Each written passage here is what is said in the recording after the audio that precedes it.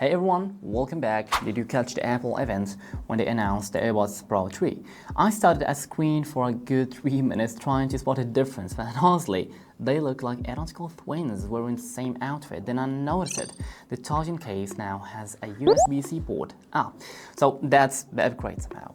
Just a different way to charge, and yep, it's gotten a little chunkier too.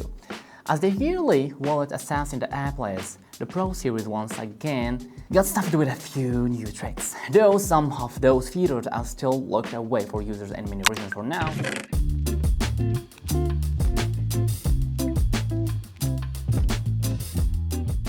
If you're expecting the Pro3 to bring some mind-blowing design overhaul, do yourself a favor and just skip straight to the conclusion.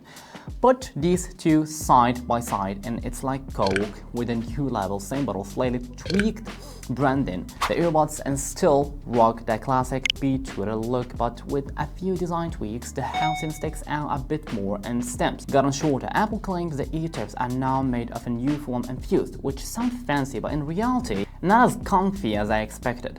The thicker silicone makes them feel a bit tight in the ear, and after a while that something's in my ear sensation definitely creeps in. On the bright side, the Pro3 finally gets IP57 water resistance, which means sweet, rain, even occasional toilet diff. If you've got lightning reflexes, you probably survive it. Just don't quote me on that, because Apple sure won't on a toilet incident underwhelmingly.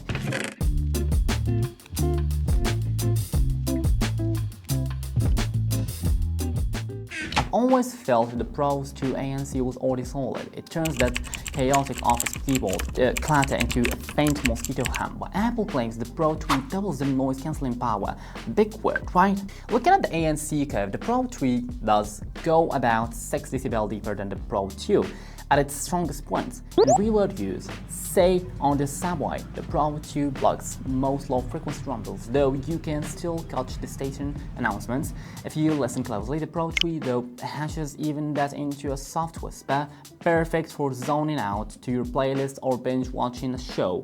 Just be warned, your odds of missing your stop may rise by roughly 30%. The extra punch in ANC, you can thank the redesigned ear tip. From what I've heard, the added foam layer is likely one of the key reasons the noise reduction feels twice as strong. Combine that with a new ambient sound sampling rate of 2000 times per second, basically like upgrading from average check-ins to minute-by-minute roll calls, and a busy cafe full of chatter. The Pro2 helps you focus on your playlist. The Pro2, though, it makes you feel like the rest of the world's been muted, until the barista taps your shoulder asking if you want a refill. As for the transparency mode, there is a new directional boost feature that, in theory, lets you focus on sound from specific direction. In practice, it's like your ears suddenly got a volume knob. You can turn up the sound of cars when crossing the street. It's smarter to take compared to the Pro2. One size fits all transparency mode.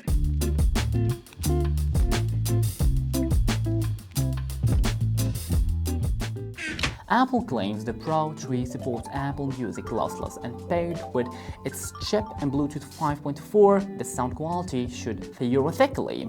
But the harsh truth is, when listening to pop music on these two earbuds feels like comparing Coke with ice versus ice with Coke. More psychological than real. There is some improvement in spatial audio. The Pro3's soundstage position accuracy is up to 50%, so instruments feels more separated during concept recordings. That said, you have to listen like a wine taster to notice it.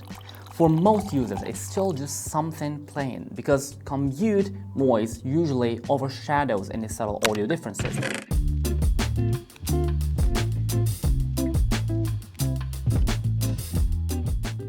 The Pro2 has 6 hours single charge battery, while the Pro3 jumps to 8 hours. In real-world terms, the Pro2 can last through 2 movies, and the Pro3 can even handle an extra episode of short series. Plus, the Pro3's 5-minute quick charge adds an extra hour, a lifesaver for those who always forget to charge. The ultimate battery and anxiety cure.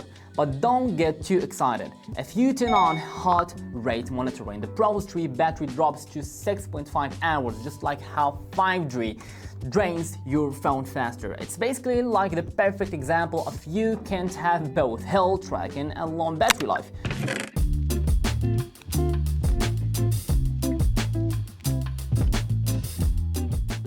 The most eye-catching feature of the Pro 3, real-time translation. It's still a lick, but don't touch state across the EU, Canada, and the UK, and Mexico. Picture this, you're wearing your Pro 3, chatting with a phone a friend, and suddenly a crisp, alert sound in your ear. This feature isn't available in your region yet.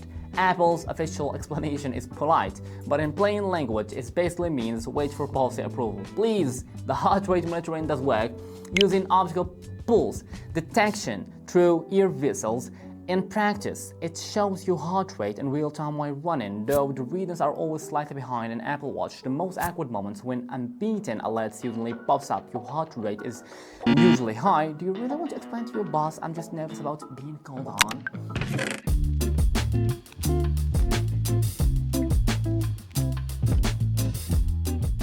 Pro 3 retails for $249, while the Pro 2 has dropped to around $197.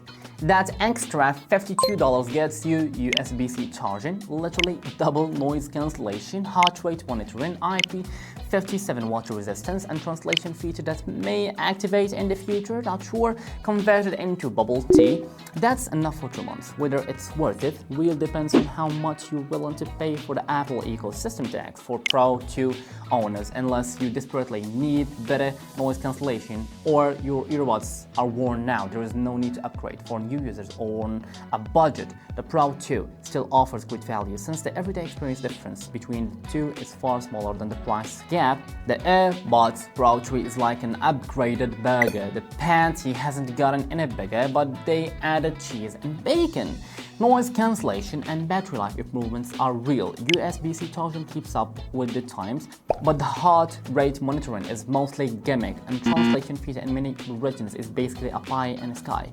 If you're often in a noisy environment, the Pro 3's noise cancellation upgrade is worth it, but for daily commuting and music listening, the Pro 2 is more than sufficient. After all, for most people, the most important things in earbud are comfortable fit, clear sound, and staying in place. Since the Pro 2 already nails the Pro 3, just them a little better. That's it for today's video. What do you think, guys? I'm Damon, and see you next time.